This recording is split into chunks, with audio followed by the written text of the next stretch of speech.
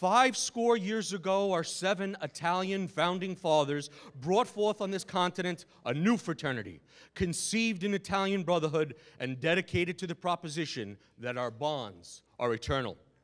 Now we are engaged in our great centennial year, testing whether our all-volunteer Italian-American heritage fraternity, or any fraternity so conceived and so dedicated, can not just endure, but thrive in our 2nd century. We are met in Washington, D.C. to celebrate our centennial. We have come to dedicate and celebrate our first 100 years and to mark it as the final resting place for those who gave of their time, gave of their talents, gave of their treasure, that that fraternity might live. It is altogether fitting and proper that we should do this.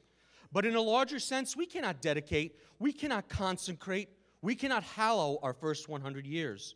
The brave 20,000 brothers, living and dead, who struggled during our first century have consecrated it far above our poor power to add or detract.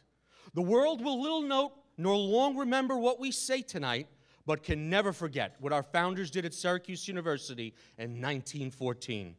It is for us, the living, rather, to be dedicated to the unfinished work which they who have fought have thus far so nobly advanced.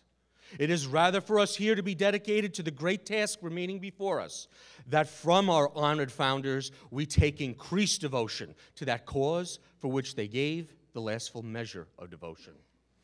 That we are here highly resolved that these brothers shall not have died in vain, and that this fraternity, under God, shall have a new birth of brotherhood, and that fraternity of our brothers, by our brothers, and for our brothers, shall never perish from this earth.